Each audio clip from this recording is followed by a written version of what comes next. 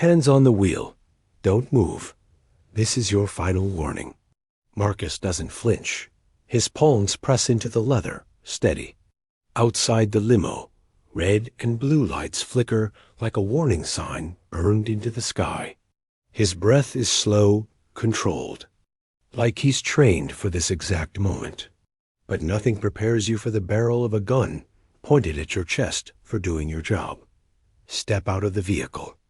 One officer yells over the crackling rain and the buzz of police radios. Marcus keeps his voice low. Sir, I'm a licensed chauffeur. I have a client in the backseat. I'm not stepping out without cause. The lasers don't blink. Neither do the officers. One has his finger tensed on the trigger. Another yells something to dispatch. Their faces aren't scared. They're certain. Certainty is the most dangerous thing at that moment. Through the windshield, Marcus sees people gathering on the sidewalk. Cell phones raised. Curiosity quickly turned to tension. He swallows hard. I'm complying, he says again, more to himself than to them. I'm not a threat. But deep down, Marcus knows compliance doesn't always mean survival. He barely hears the door open before hands grab him. Two officers drag him out, slamming him against the side of the limo. The cold metal shocks his skin, but he doesn't resist. He knows the rules. Don't move fast, don't ask questions, and don't look angry. They treat his silence like defiance anyway. Spread your legs. One barks. Fingers dig into his pockets, his waistband, his jacket. No one asks permission. One rips the phone from his hand as he tries to reach into his coat for his client's itinerary. I said don't move. The female officer snaps, her voice razor-sharp as she slams the phone onto the concrete. Marcus clenches his jaw. This isn't a pat-down. It's a punishment. A whisper escapes. I'm just working, but no one hears. Or maybe they just don't care. His uniform, name badge, and I'd lie ignored on the hood. His reputation means nothing here. Not in this zip code. Not with his skin. Not tonight. A voice cuts through the noise, sarcastic smug. What are you hiding in there, huh? Drugs? Guns? Or something you don't want us to see? Marcus lifts his head slowly. I've got a client back there. That's it. The officer circles him like a predator. No ID on the passenger. No heads up. That's a red flag. Marcus doesn't answer. He's already learned silence is safer than logic. Another cop leans into the radio on his shoulder, muttering something.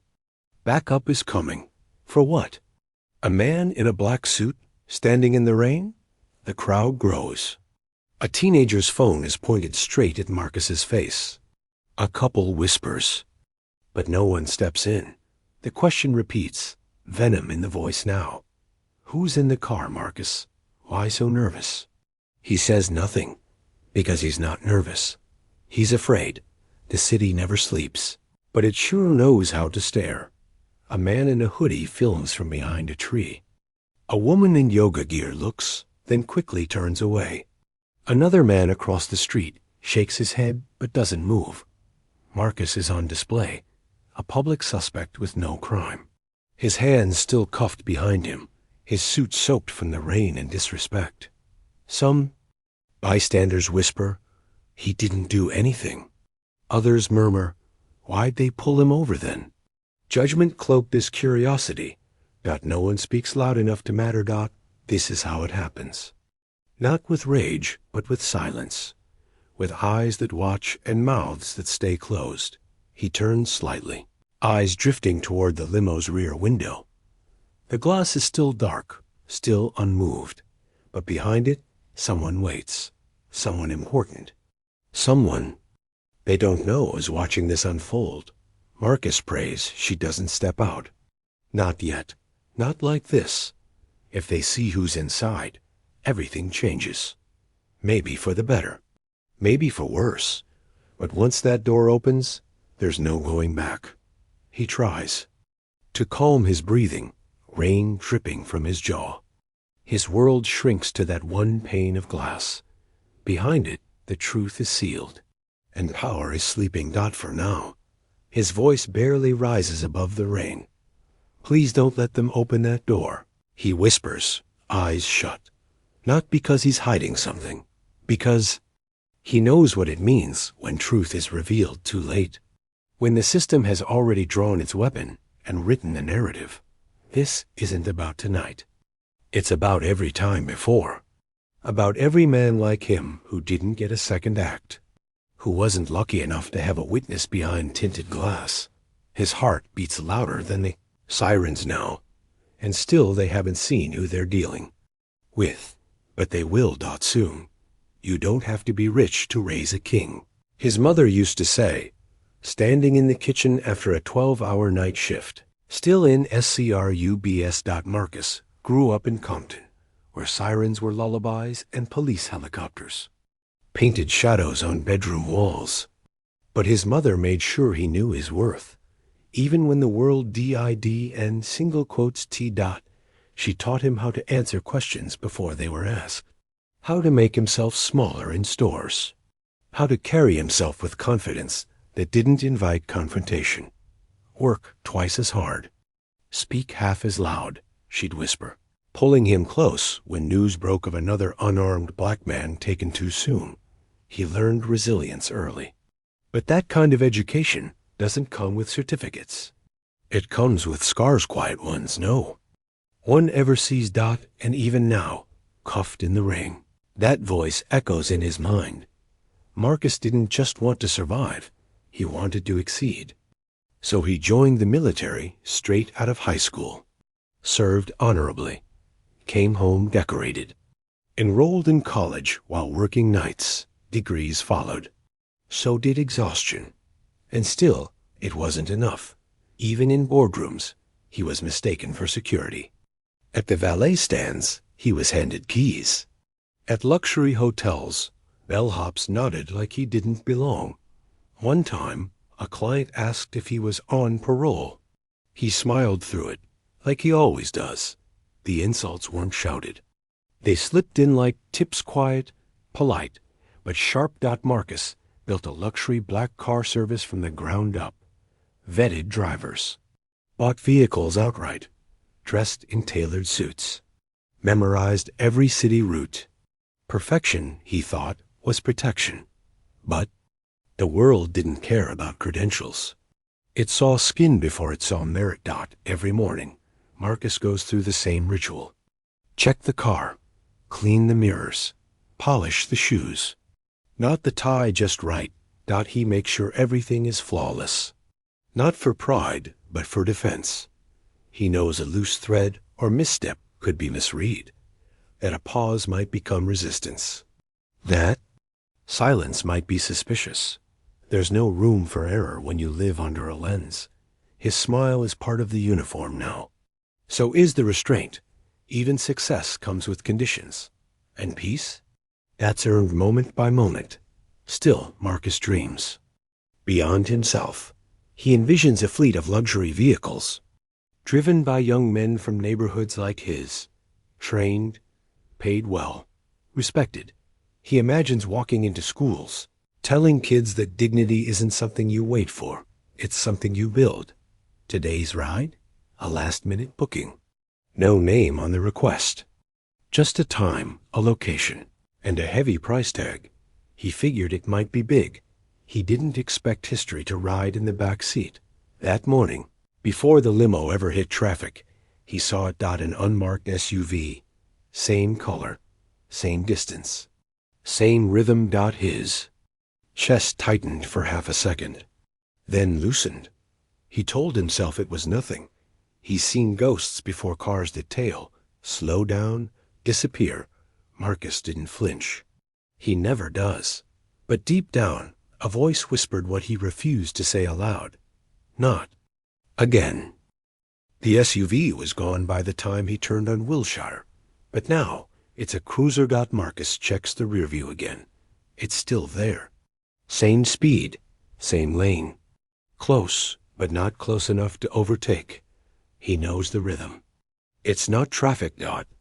Surveillance. His fingers tap the steering wheel, steady but firm. His expression never shifts.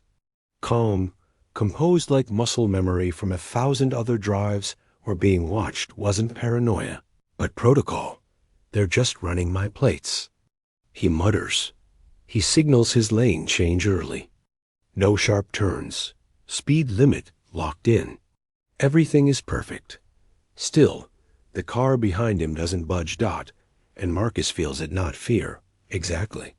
Just the dread of knowing the script by heart. Red and blue wash over his windshield. His grip tightens. Not in panic, but preparation.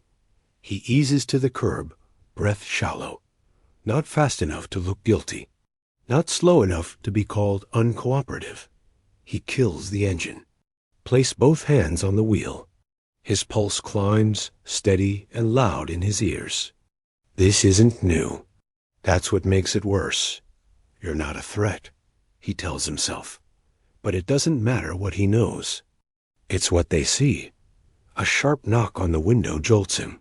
He lowers it halfway. Before a word leaves his lips, the question hits. Is this your vehicle? And there it is. The familiar burn of suspicion, packaged in politeness. I'm a chauffeur. The company owns the vehicle, Marcus replies, tone neutral. The officer leans in. Don't get smart with me. Just answer the question. He already did, but Marcus knows better than to argue. He nods, motioning toward his license displayed clearly on the dashboard. All documentation in the glove box. I'm reaching now. His voice stays even, calm. Every move was exaggerated. Every breath is measured. The officer doesn't flinch. Just watch. Marcus wonders if this is the moment. They decide they're bored of being polite. The radio on the cop's shoulder crackles. A second voice asks, do you need backup? The first one doesn't hesitate. Yeah. Just in case? Just in case what? Marcus doesn't ask. He knows the answer has less to do with facts and more to do with skin. He passes the paperwork. Through the window slowly, both hands visible. The officer takes it, barely looking at the pristine files. He steps back. Within 2 minutes. Another cruiser rolls up. Marcus glances at the clock. This isn't standard. Nothing about it feels standard. 2 officers now. One in front. One behind. He tries not to react. Inside, everything twists. Outside, he's a statue, still in uniform. Still playing by every rule. But something's shifting. The air around him doesn't feel like routine. It feels like escalation. And Marcus feels it deep in his chest. They're not here for questions. They're circling a problem they've already decided exists. A whisper. Not meant to be heard. Maybe he's got a hostage. Marcus blinks. One officer nods toward the rear of the limo. No ID on the passenger. He won't say who it is. That's suspicious. He did say. Multiple times. But the truth gets buried fast when fear builds fiction. Now they're looking at him like the calm is a trick. Like the suit is a disguise. Marcus clenches his jaw. He can feel it unraveling. Reality bending into a narrative that fits the moment, and no one's stopping it. Because once a label is placed, the facts stop mattering. Sir, step out of the vehicle. The voice is cold. Practice. Marcus doesn't move. Is there a reason? I've complied fully.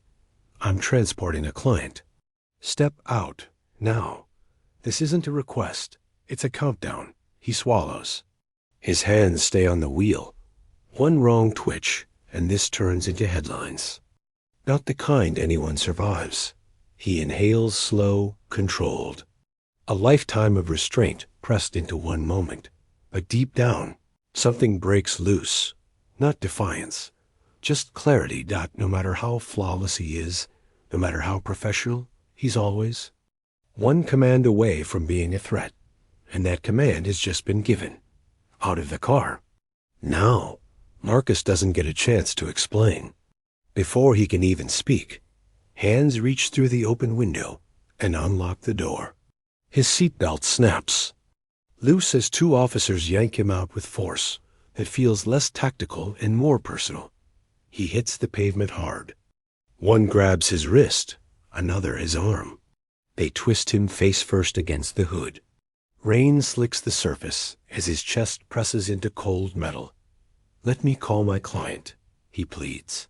"Please." A female officer snatches the phone from his inner pocket before he can reach it. Her boot crushes it to the ground. "You don't make calls," she says sharply. "You answer questions."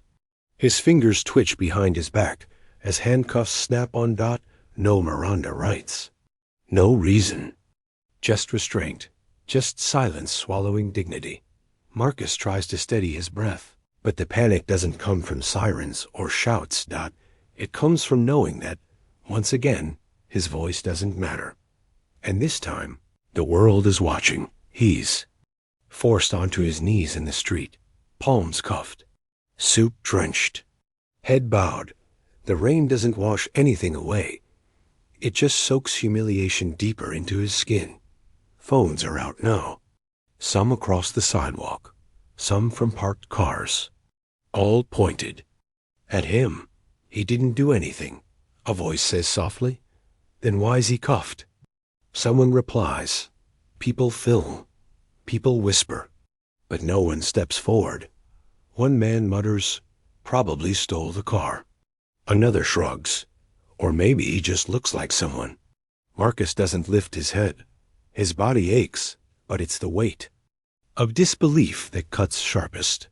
Not his disbelief. He's seen this too many times. It's theirs. How quickly people become spectators when skin color becomes storyline. He hears the cops whisper again. Still no ID on the passenger?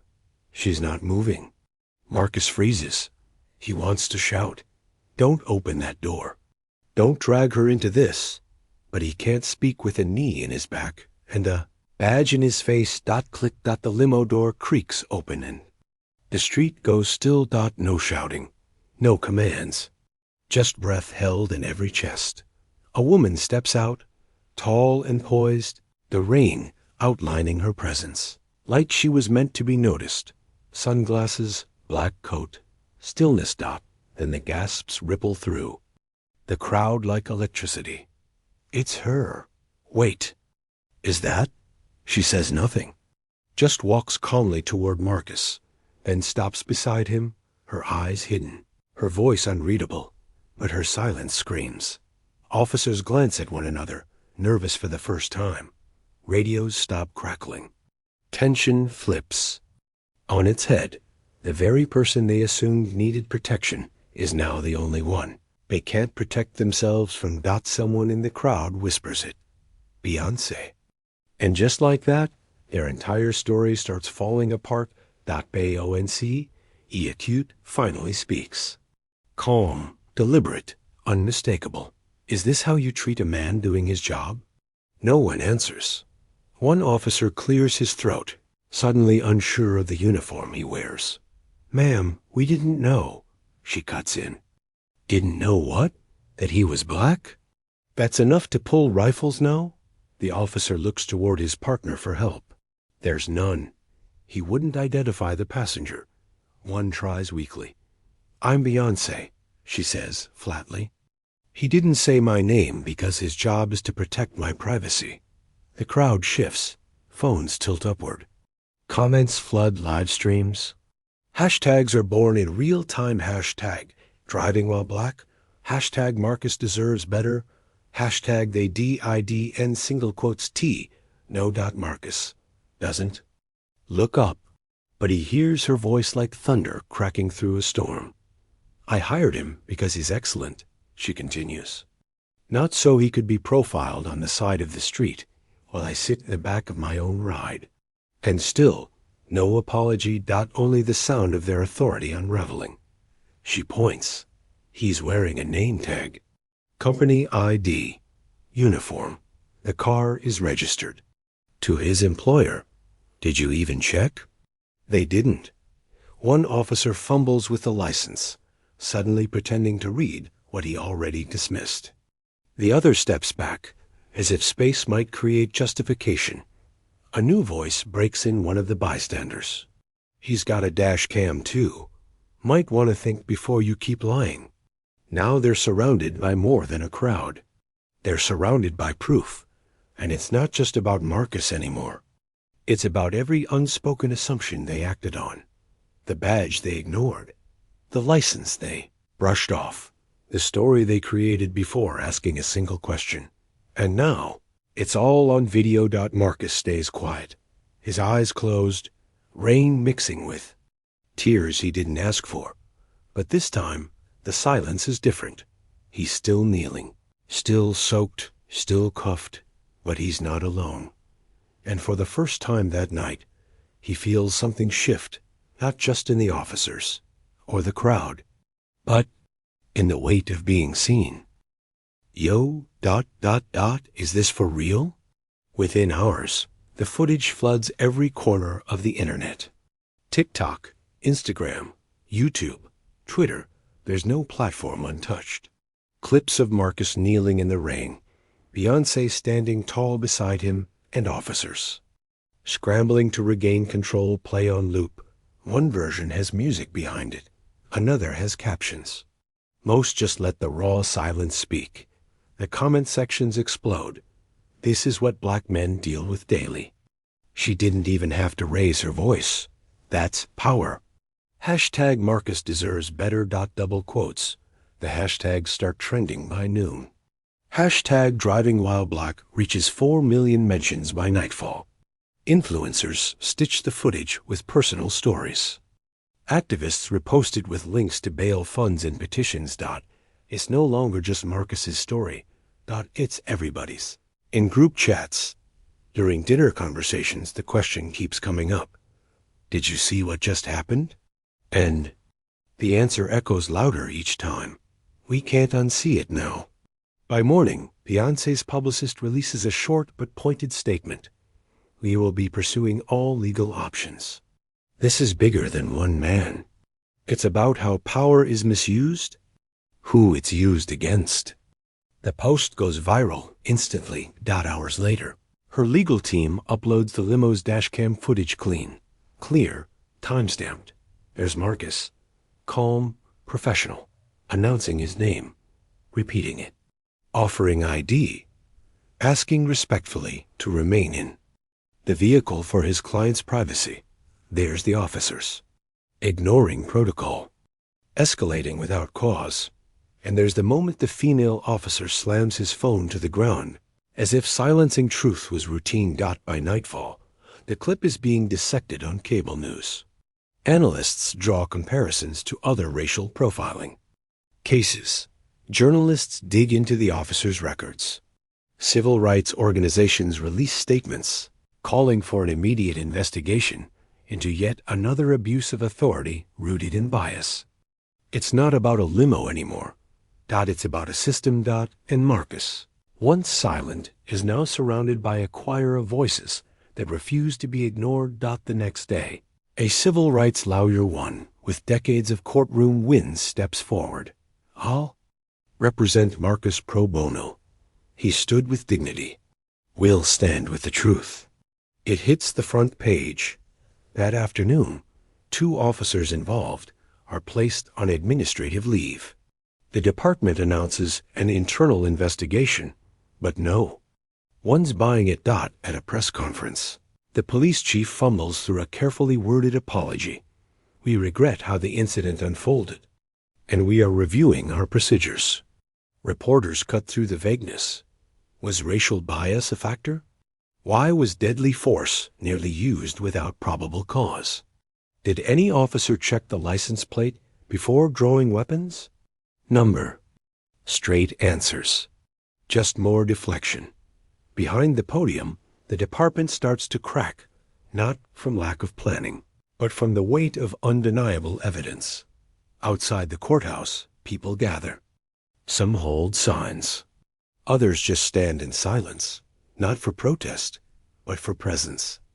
A community reminding the system that accountability doesn't wait for comfort. 3 nights later, Marcus sits in a television studio, mic clipped to his collar, lights shining hot on his face. The anchor clears her throat. Marcus, how are you feeling right now? He pauses, then says quietly, tired. The audience leans in, not just from what happened last week. I'm tired of feeling like every day I wake up, I have to prove I belong. He talks about growing up, about building a business, about training drivers to excel not just at driving, but at survival. Then, one sentence cuts through the noise. To some people, I'm just a threat. No suit, no smile, no certification changes that. The host asks if he's angry. He doesn't flinch. I'm not here for revenge. I'm here because silence didn't save me. And I don't want the next guy kneeling on the pavement to feel like nobody sees him. That quote goes viral again. But this time, it's not footage. It's his voice. His face. His story. By the end of the week, the tone online changes. People stop referring to Marcus as that limo driver. They call him by name. Teachers discuss the video in classrooms. Churches quote his words from Sunday pulpits. Brands issue statements. Some stay quiet and get called out. Marcus's inbox fills with messages from strangers. You spoke what? I couldn't. I've been there. Thank you for not backing down. What started as one moment of injustice has become a movement of accountability. And the man who was once voiceless in the rain now stands at the center of something bigger than he ever expected. Following the public release of video footage and mounting pressure from civil rights groups, the department has launched a full investigation into internal conduct. The news anchor's voice barely masks the gravity behind the words. Within weeks, findings surface. Not just isolated incidents, but patterns. Traffic stops with no written cause. Body cam footage mysteriously missing. Complaints filed and buried. 3 officers resigned. 1 is indicted on charges of falsifying reports. Memos leak. The chain of command knew more than they claimed. A culture of racial profiling is no longer a rumor, it's a record. The police chief holds another press conference, this time with a prepared statement that sounds more like surrender than leadership. This department failed to uphold its commitment to fair and equal service. We take full responsibility for the misconduct that occurred.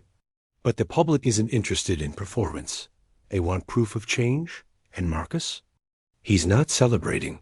He's processing what accountability feels like: cold, delayed, but finally present.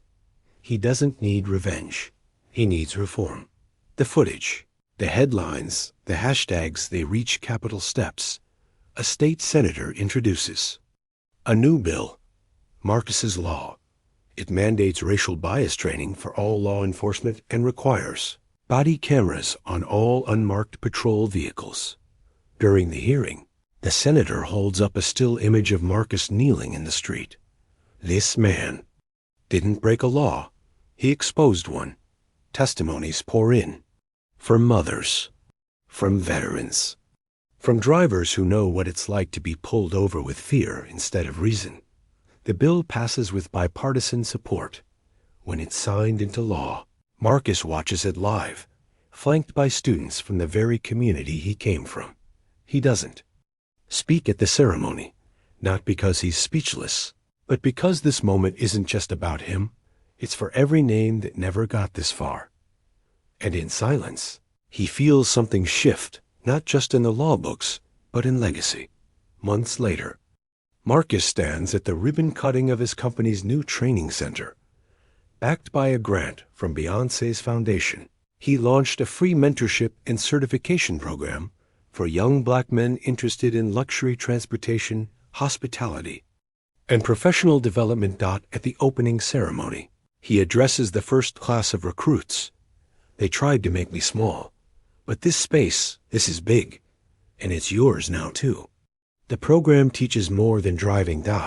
It teaches presence, poise, crisis management, confidence under pressure. Each student receives a suit, a resume consultation, and direct job placement with vetted employers.